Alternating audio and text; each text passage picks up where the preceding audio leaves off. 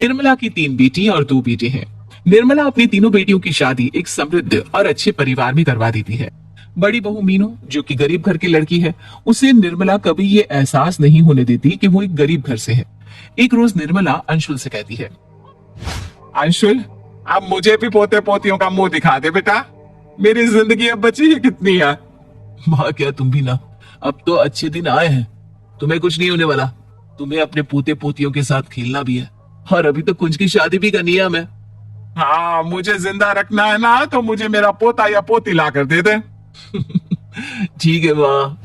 निर्मला की बातें अंशुल के दिमाग में घूमने लगती है और वो उसी रात मीनू से कहता है, मीनू, हमारी शादी को 5 साल हो गया है, अब हमें बच्चा कर लेना चाहिए। माँ का भी मन नहीं लगता। तुम तो ऐसे बोल रहे हो जैसे मैं बच्चा करना नहीं चाहती हूँ। मुझे अगर बच्चे नहीं होते तो क्या करूं मैं? इसमें मेरी क्या गलती है? इसमें इतना गुस्सा करने की या चिल्लाने की क्या जरूरत है? हम किसी अच्छे डॉक्टर को दिखाते हैं, ट्रीटमेंट करवाते हैं।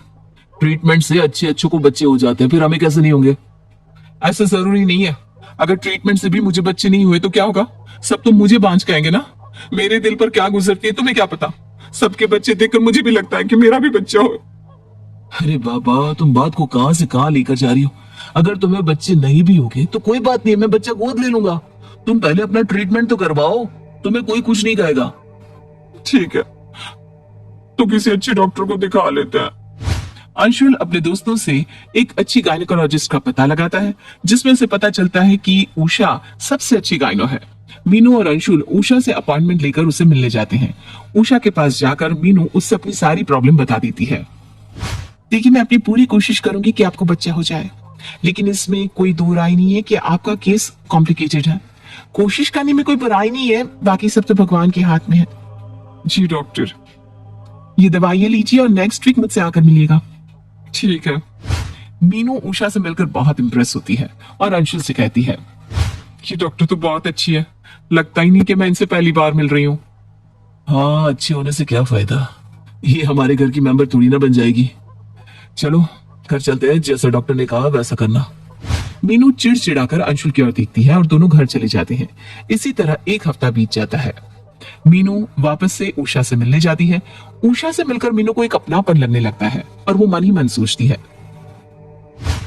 अगर ये सच में मेरे परिवार की सदस्य बन गई तो कितना अच्छा होगा। मुझे बार बार झमेला ही नहीं रहेगा आने जाने का, और तो और ये मेरा इलाज भी और अच्छे से करेगी। मीनू दवाइयां लेकर फिर घर चली जाती है। उसी रात डिनर के वक्त जब मीनू सबको खाना परोस रही थी, तब निर्मला कहती है, मीनू का इलाज चल रहा है, उसे भी थोड़ा आराम की जरूरत है, तो अब कुंज की शादी कर देनी चाहिए। मैंने हीरल और पलक से कहा है कि कोई अच्छी लड़की ढूंढे। हाँ माँ, वैसे भी अब कुंज ही बचा है, इसकी भी शादी हो जाएगी तो हम फ्री हो जाएंगे। जब सब कुंज की शादी की बात कर ही रहे हैं तो मेरी नजर में एक अच्छी लड़की है, उषा। अरे उषा डॉक्टर जो मेरा ट्रीटमेंट कर रही है। क्या तुम ठीक तो हो ना? कोई दौरा तो नहीं पड़ गया? अरे वो इतनी बड़ी डॉक्टर और हमारे घर में शादी करके आएगी। अरे तो मेरे तेवर में कौन सी कमी है? कुंज भी तो सीए है, इतना स्मार्ट है, एक बार बात करने में क्या बुराई है? उषा डॉक्टर से बात करके तो देखिए। बहू ठीक कह रही है, तुम मुझे उषा की फोटो तो दिखाओ। अरे सबके सब ना पागल हो गए हो। मीनू उषा की तस्वीर निर्मला को दिखाती है। उषा की तस्वीर देखकर कुंज कहता है, भाभी आप इसी से दिखवा रही हो? ये तो मेरी क्लाइंट है, मैं ही इसके सारे डॉक्यूमेंट्स देखता हूँ। लो देख लो, खुदा पहाड़ और निकली चुहिया। अब नहीं बोलोगी तुम? कुंज पहले से ही जानता है उषा को। मुझसे कुछ मत कहो, तुम लोग देख लो। ठीक है, मैं खुद उषा से बात कर लूंगी। मीनू के मन में अलग सा चाव छा जाता है और वो अगले दिन उषा से मिलने चली जाती है। डॉक्टर, आज मैं किसी और काम से आई हूँ। मैं अपने देवर का रिश्ता लेकर आई हूँ आपके लिए। कुंज नाम है उसका और आप उसे जानती भी हो। ओह, आप कुंज की भाभी हैं? मैं उन्हें जानती हूँ, बहुत अच्छे इंसान है। तो क्या आप उससे शादी करेंगी? उषा शर्मा जाती है। मुझे कोई ऐतराज नहीं है, आप एक बार कुंज से तो पूछ लीजिए। और इस तरह उषा और अंशुल की शादी धूमधाम से हो जाती है। अब मीनू की डॉक्टर उसकी देवरानी बन जाती है। उषा मीनू के इलाज में कोई कमी नहीं रखती। इसी तरह दिन बीतने लगते हैं और उषा को पता चलता है कि वो प्रेग्नेंट है। उषा कुंज से कहती है, कुंज, मैं माँ बनने वाली हूँ। क्या खबर सुनाई उषा तुमने? मन ही खुश हो गया। भाभी कब से इस दिन का इंतजार कर रही थी। तुम कुछ करो ना ताकि भाभी भी मां बन पाए। कुंज, मैं अपनी पूरी कोशिश कर रही हूँ, लेकिन उनकी ट्रीटमेंट में लंबा वक्त लगेगा। उनका केस थोड़ा कॉम्प्लिकेटेड है। पूरे घर को इस खुशखबरी के बारे में पता चल जाता है और सब बहुत खुश होते हैं सिवाय मीनू के। मीनू अपने मन में सोचती है, कब जाकर मेरी झोली भरेगी। कल की आई उषा भी अब तो माँ बनने वाली है। अब इस घर में सब उषा को ही पूछेंगे, मेरी तो किसी को कोई कदर ही नहीं होगी। मीनू का चेहरा लटक जाता है। मीनू को देखकर उषा कहती है, भाभी आप अपना मन छोटा मत कीजिए, मेरा बच्चा भी तो आप ही का है। मैं आपको वचन देती हूँ, मुझे जो भी होगा, चाहे बेटा या बेटी, मैं आपकी गोद में डाल दूंगी। मीनू की आंखें छलक जाती है। उषा तुम बहुत अच्छी हो, तुम में ना मुझे एक बहन नजर आती है। आज तुमने मेरे लिए जो किया है वो मेरी अपनी सगी बहन भी नहीं करती। ऐसा मत कहो भाभी, बच्चा आपकी गोद में रहे या मेरी गोद में, रहेगा तो इसी घर में ना। मीनू उषा की खूब सेवा करती है, उसे जब देखो कुछ ना कुछ खिलाती ही रहती। उषा देखो, अब तुम्हें बाहर का कुछ भी नहीं खाना, मैदा तो बिल्कुल भी नहीं। लो ये दूध पी लो, दूध पीने से ना बच्चा गोरा होगा। और हाँ, मुझे मेरा बच्चा गोरा ही चाहिए।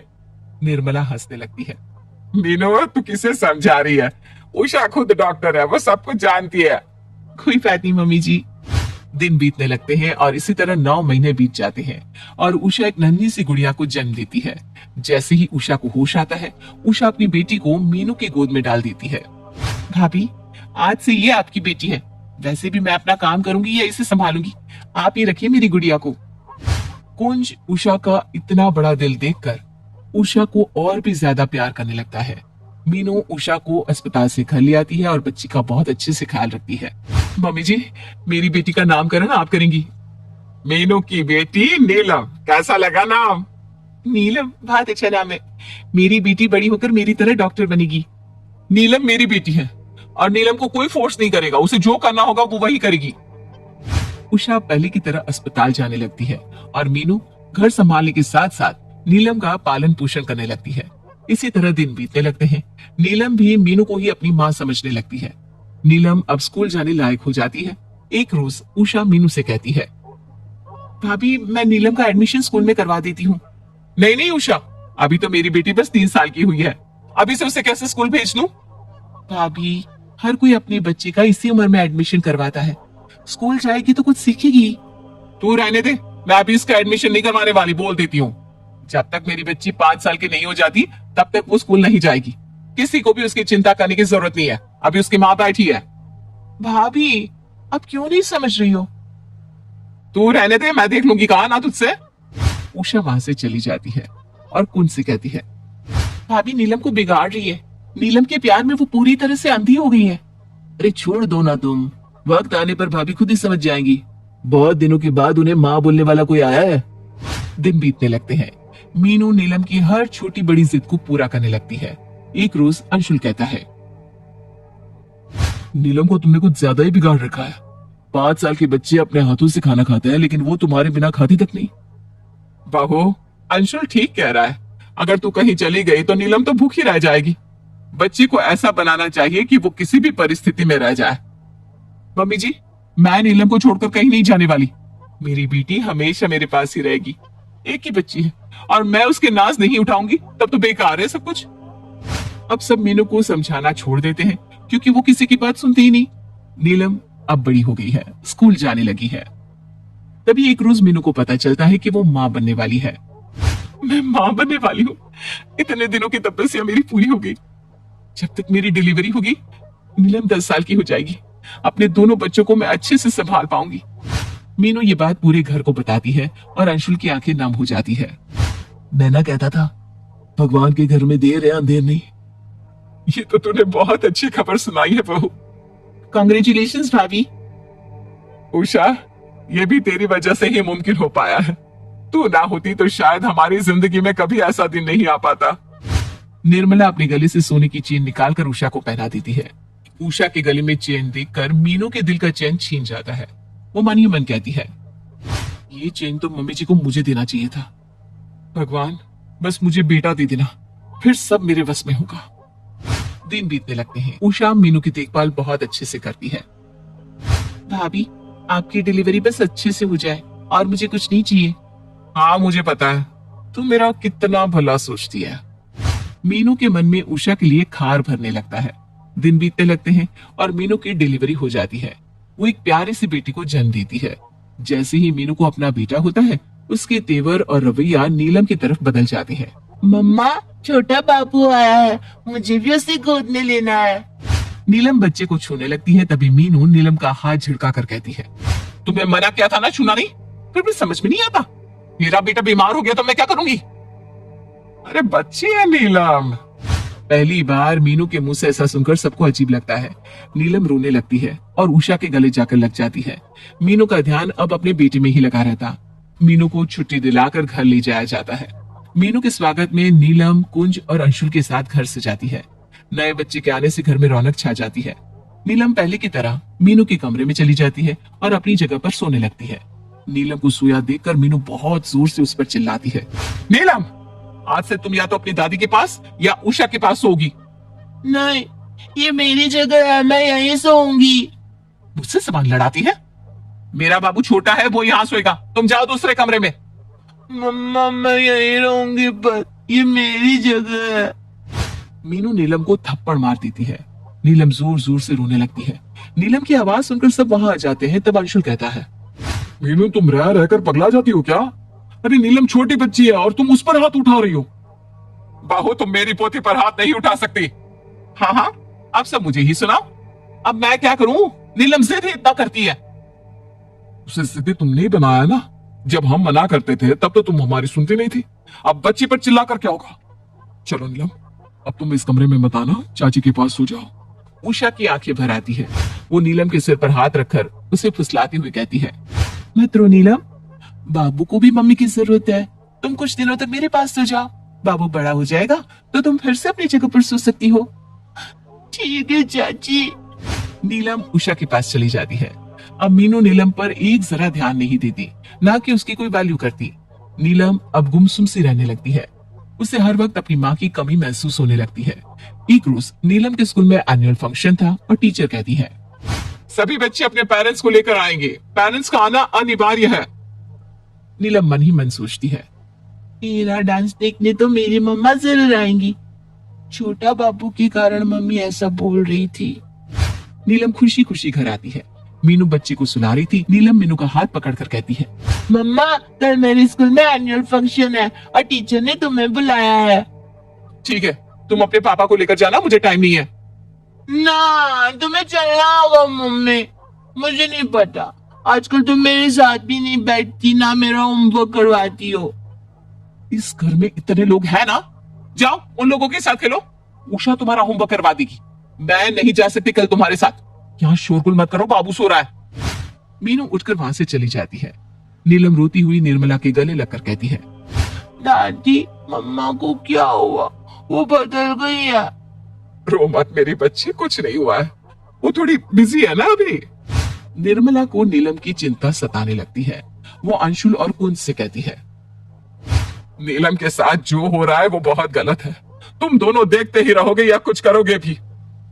ये वही भाभी है जो नीलम पर अपनी जान छिड़कती थी। समझ में नहीं आ रहा भैया, भाभी में इतना बदलाव अचानक से कैसे आ गया। मैं तो सब समझ रहा हूँ, उसे क्या हुआ है। उसकी अकल मैं ठिकाने लगाता हूँ। अंशुल अंदर ही अंदर कूदता रहता है। अगले दिन नीलम का 10वां बर्थडे रहता है और वो बहुत खुश होती है कि हर बार की तरह उसका ये बर्थडे भी बहुत अच्छे से मनेगा। रात के 12 बजे उषा अपने कमरे में नीलम का बर्थडे केक कटवाती है और सब नीलम को बर्थडे विश करते हैं, सिवाय मीनू के। मीनू को याद तक नहीं होता कि आज नीलम का बर्थडे है। अगली सुबह उषा नीलम को नए कपड़े पहना देती है। नए कपड़े पहनकर नीलम भागते हुए मीना के पास जाती है। मम्मा, मैं कैसी लग रही हूँ? अरे सुबह सुबह इतना तैयार होने की क्या जरूरत है? बिगाड़ दिया ना सब तुमने। जाओ जाकर कपड़े बदल लो, नहीं तो मार पड़ेगी तुम्हें। ये क्या बोल रही हो तुम मीनू? आज मेरी गुड़िया का बर्थडे है। अरे बर्थडे है तो क्या करूं मैं? सर पर बिठा लूं क्या? अंशुल मीनू से कुछ नहीं कहता ताकि नीलम का बर्थडे स्पॉइल ना हो। अंशुल नीलम को चॉकलेट दिलवाकर स्कूल छोड़ देता है। रात में नीलम की बर्थडे पार्टी के लिए उषा और घर के सभी लोग तैयारी में लग जाते हैं। नीलम स्कूल से आएगी तो उसे सरप्राइज देंगे। कितना खुश होगी मेरी बच्ची। हाँ, वैसे भी कुछ दिनों से बहुत दुखी है वो, थोड़ी खुशी तो मिले उसे। सबको इतना खुश देखकर मीनू मुंह बनाने लगती है। जैसे ही नीलम घर आती है सब उसे सरप्राइज कर देते हैं। पूरा घर सजा हुआ देखकर नीलम कहती है, अच्छा तो ये बात है, मम्मा मुझे सरप्राइज देने के लिए मेरे साथ ऐसा कर रही थी। थैंक यू सो मच मम्मा। नीलम जाकर मीनू से चिपक जाती है। मीनू झटक कर नीलम को अपने से दूर करती है। नीलम गिर जाती है और फूट फूट कर रोने लगती है। अब मेरे मम्मा नहीं हो सकती। I hate you. अब मुझसे दूर ही रहना। आज का दिन मेरा सबसे खराब दिन है। नीलम रोकर अपने कमरे में चली जाती है और अंशुल का पारा फट जाता है। तुम्हें माँ बनने का कोई हक नहीं है, वही ठीक था। तुम्हें बच्चा नहीं था, वो तो उषा ने तुम पर मेहरबानी कर कर तुम्हें अपना बच्चा दे दिया। और तुमने क्या किया? जिस बच्ची ने तुम्हें पहली बार माँ कहा, आज तुमने उसके साथ ऐसा किया। अब मुझे समझ में आया कि भगवान ने तुम जैसी औरतों को बच्चे से वंचित क्यों रखा था। अब तक मेरी मती मारी गई थी जो मैंने तुम्हारा इलाज करवाया। तुम इसी तरह रहने लायक थी। आज अपना बच्चा होते ही तुमने अपना रंग बदल लिया। उषा, अपनी बेटी को अब तुम संभालो। ये औरत क्या समझेगी माँ क्या होती है। एक माँ कभी अपने दोनों बच्चों में कोई फर्क नहीं समझती। नीलम को आज ही मैं सब कुछ सच सच बता दूंगा। अंशुल नीलम को सच बता देता है। चाची, आज के बाद मैं हमेशा आपके साथ रहूंगी। भाभी, आप बांझ रहने लायक ही थी। मैंने बहुत बड़ी गलती कर दी आपका ट्रीटमेंट करके। माँ बनना हर औरत का सपना होता है और आपने तो माँ बनते ही रंग बदल दिया। तुमने बहुत गलत किया बहू। तेरे बेटे को अगर पैदा होते ही उषा को दे देती मैं, तो तुझे कैसा लगता? सब मीनू को अकेला छोड़कर नीलम का बर्थडे मनाने बाहर चले जाते हैं। मीनू को अपनी गलती का एहसास होने लगता है और वो खुद को पापी समझने लगती है। जैसे ही सब रात को घर आते हैं, मीनू रोकर कहती है, मैं बहुत बड़ी पापी नहीं हूँ, मेरी गलती की कोई सजा नहीं। नीलम मुझे माफ कर दे मेरी बच्ची। मीनू की हरकतों से सब उससे नफरत करने लगती है और उससे कोई बात नहीं करता। मीनू घर में रहती तो सबके साथ है, लेकिन सब उससे खुद से दूर रखते हैं और एक गलती की सजा उसे जिंदगी भर भुगतनी पड़ती है।